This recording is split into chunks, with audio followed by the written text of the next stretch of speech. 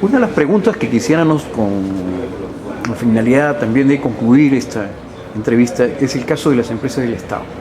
Uno de los temas polémicos que el común denominador de la población se pregunta por qué el Estado es empresario, ¿no?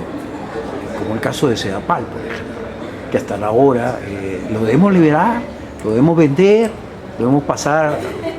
¿Cuál sería su opinión? Sedapal es un caso clásico del monopolio del Estado. ¿Por qué puede existir un monopolio?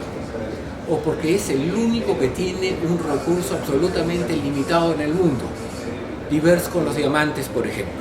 Tiene el 80% de la producción de diamantes del mundo, es casi un monopolio y por eso los diamantes cuestan más de lo que realmente deberían costar. ¿Qué otra opción hay? Una patente del Estado, un permiso legal que lo convierta uno en monopolio. Por ejemplo, cuando Telefónica es vendida, le vende el Estado peruano, Telefónica de España, el monopolio de las líneas físicas durante 10 años. Entonces, el monopolio generado por el Estado a través de sus leyes. Tercera posibilidad de monopolio, cuando hay rendimientos a escala que cada vez son decrecientes y por lo tanto una empresa muy grande puede abastecer, como es el caso del agua potable, a toda la ciudad y sería ineficiente poner un competidor al lado porque tendría que construir sus propias redes, etcétera, económicamente no viable. Esos son los monopolios naturales, por ejemplo la distribución de agua en las ciudades. Ok, pero ese monopolio tiene que ser del Estado o puede ser privado. Esa es la pregunta, porque el monopolio va a ser igual.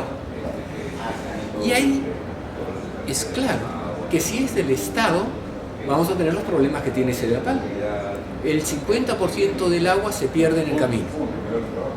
Y hay 2 millones de personas que viven en Lima que no tienen acceso al agua potable a través de tuberías y tienen que comprarlo a repartidores en camiones cisternas y llenar un bidón de unos 200 litros por el cual pagan entre 4 y 5 veces más de lo que paga el señor que vive en La Molina o en San Isidro o en Miraflores.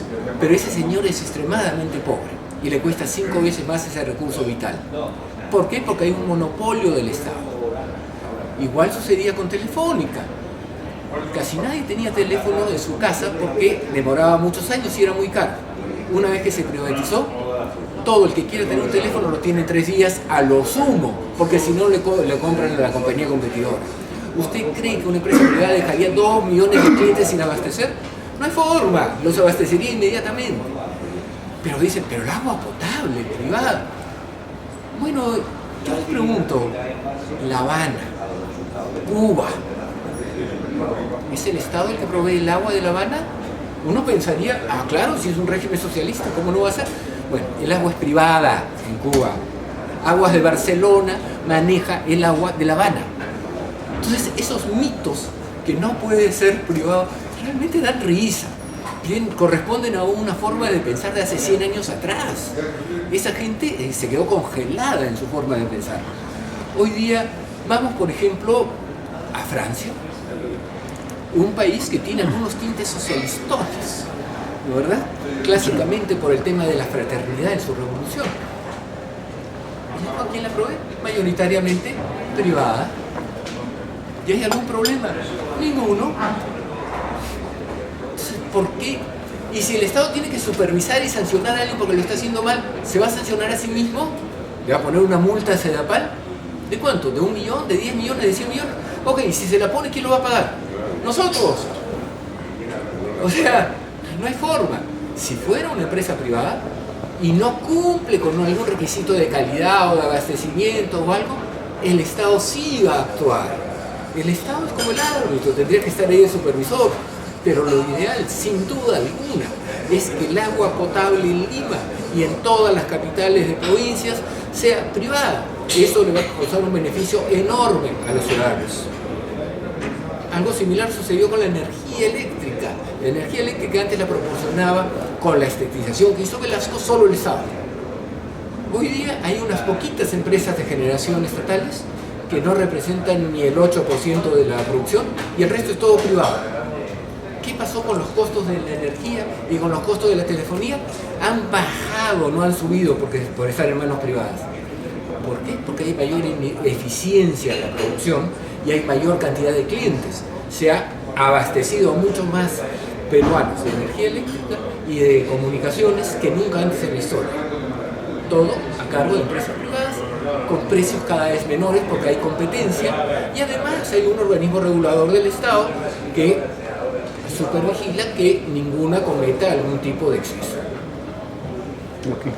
Le agradecemos sinceramente por que habernos concedido unos minutos con usted en esta entrevista y desde ya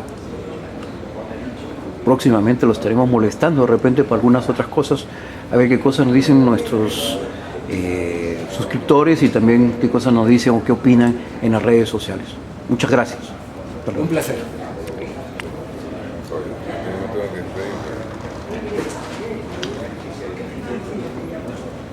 Despide. ¿No quiere despedirte? Fue demasiado para Emilio. Fue demasiado, dos preguntas muy revolucionarias. No quería opinar.